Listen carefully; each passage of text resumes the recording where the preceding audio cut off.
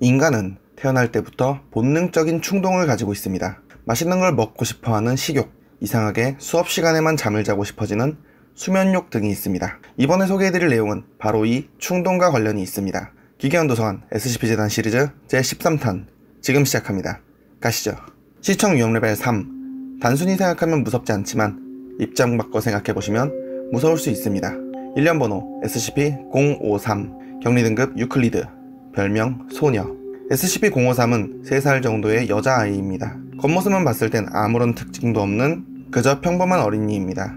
하지만 3살 이상의 사람이 SCP-053과 눈이 마주치거나 물리적으로 접촉하거나 10분 이상 가까운 거리에 있을 경우 그 사람은 갑작스런 살인 충동과 편집증에 빠지고 눈에 보이는 모든 사람을 죽이거나 치워버립니다. 그리고 대부분 SCP-053을 죽이려고 합니다.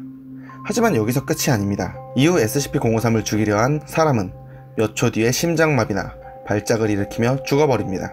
또한 그 과정에서 SCP-053이 상처를 입을 경우 그 상처의 규모와 관계없이 즉시 치유되며 목숨이 위협받은 상황임에도 SCP-053은 아무렇지 않게 행동합니다.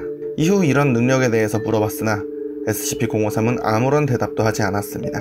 그렇게 SCP-053은 가로 세로 5m 크기의 방에 격리하며 장난감, 책, 게임 등을 제공하고 3개월마다 새로운 장난감으로 교환해줍니다. 식사나 수면 등은 일반 사람과 다를 바 없이 지원하며 SCP-053과 물리적 접촉이 필요할 때에는 해당 인원은 반드시 전신 공기 방호복과 눈 보호 장치를 착용해야 합니다. 또한 어떠한 경우에도 눈을 마주치면 안 되고 오직 한 명씩만 격리 공간에 출입 가능하며 입장 후 10분이 경과하면 안 됩니다. 또한 사전에 허가된 물건이 아닌 것을 SCP-053에게 전달하거나 입장 후 이상한 행동을 보이거나 방호복을 벗으려고 할 경우 즉시 해당 인원은 제거됩니다. 같은 공간에 있는 것만으로도 살인 충동을 일으키는 존재 SCP-053. 과연 이 소녀의 정체는 무엇일까요? 우리가 만약 이 소녀의 정체를 알게 된다면 그 정체가 악한 존재라면 이 소녀를 보호하는 게 과연 맞는 걸까요?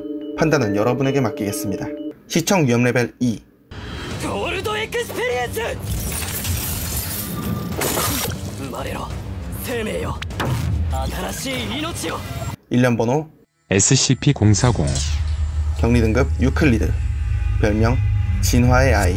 SCP-040은 다소 특이한 외형을 지닌 약 8살의 백인 여자아이입니다. 피부는 연약해서 빛을 받거나 물리적 접촉만으로도 쉽게 손상되며 밝은 분홍색을 띠고 있는 머리카락 또한 쉽게 손상되고 빠집니다. 눈동자의 홍채 색깔은 녹색과 황색을 띠고 있으며 왼쪽 눈의 흰자는 검은색입니다. 또한 이 왼쪽 눈에는 시력이 없는 상태입니다. 비교적 협조적인 태도를 보이며 SCP-재단에 의해 격리되고 있는데 낯선 곳에서 반항적인 태도 없이 순종적인 모습을 보이는 건 자라온 환경에 의한 것으로 추측됩니다. SCP-040은 특이한 능력을 지녔습니다. 살아있는 것을 조작해 돌연 변이를 일으키거나 이미 존재하는 유기체를 변형시켜 일명 SCP-040-1로 불리는 새로운 생명체들을 만드는 것입니다. 미생물이나 살아있지 않은 유기물에겐 능력을 쓸 수 없지만 살아있는 유기체와 함께 사용할 경우 생명체로 만들 수 있습니다.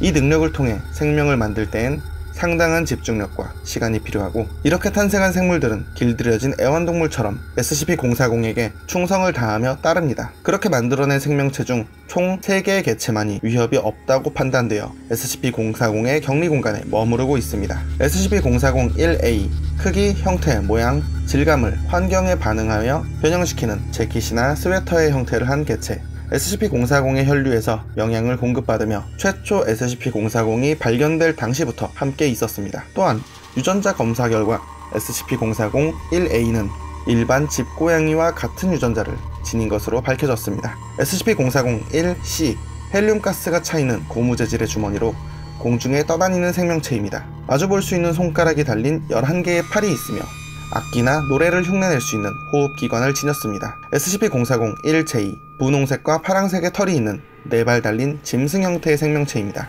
이 개체는 눈이 없고 뭉툭한 이빨이 자란 큰 입을 지녔으며 수직으로 된 벽을 오를 수 있습니다. 종종 SCP-040이 이동수단으로 이용하는 게 관찰되었습니다. 그러던 어느 날 SCP-재단은 SCP-040의 능력으로 죽은 인간을 되살리는 실험을 진행합니다. 앞서 말했듯 죽은 생명체에겐 능력을 쓸 수 없지만 생쥐 3마리를 사용해 능력을 사용하게 됩니다. 이후 시체는 살아났으나 살아생전의 기억을 잊어버렸고 지능은 어린아이 수준이었습니다. 이 실험 후 SCP-040은 매우 고통스러워했으며 이후 3주간 모든 실험을 거부했습니다. 살아있는 생명체를 변형시키고 진화시키는 존재 SCP-040 시청 위험 레벨 3 혐오스럽고 공포스러울 수 있는 외형을 가진 존재입니다. 어느 날 SCP-재단은 세계 오컬트 연합이라는 단체와 일시적으로 협력하여 어느 단체의 일원으로 의심되던 박사의 실험실을 급습했습니다. 그리고 교전 끝에 실험실을 수색하던 중 피비린내로 가득한 실험실의 구석에 쇠창살 안에서 멍하니 앉아있는 어린 인간 여자아이가 발견되었습니다. 몸 이곳저곳이 철로 만들어진 인공신체로 대체된 모습에 이 여자아이는 SCP-191로 불리게 됩니다. 일련번호 SCP-191 격리등급 안전 별명 사이보그 아이 확보된 SCP-191에 대한 조사 결과 발견되었던 실험실에서 그곳에 박사에 의해 진행된 인체 실험의 피해자였으며 수많은 실험으로 인간적인 면모를 찾아보기 힘든 수준이 된 것으로 추측되었습니다. 확인된 시술을 살펴보면 가히 충격적인데 먼저 얼굴과 두개골의 80%를 제거하고 눈과 귀가 시청각 정보뿐만이 아닌 저주파수의 라디오파부터 고에너지의 감마선까지 넓은 범위의 전자기 복사를 송수신할 수 있는 복잡한 장치로 대체되었으며 아래쪽 턱과 치아, 후두부 역시 다른 것으로 대체되었습니다. 영양 공급은 목 뒤에 인공적으로 만든 구멍으로 섭취합니다. 오른팔에는 USB, 이더넷, 파이어와이어 등 다양한 전자기기를 연결할 수 있는 장치가 내장되어 있고 오른팔의 피부를 셔츠 소매처럼 걷어올려 장치에 접촉할 수 있습니다.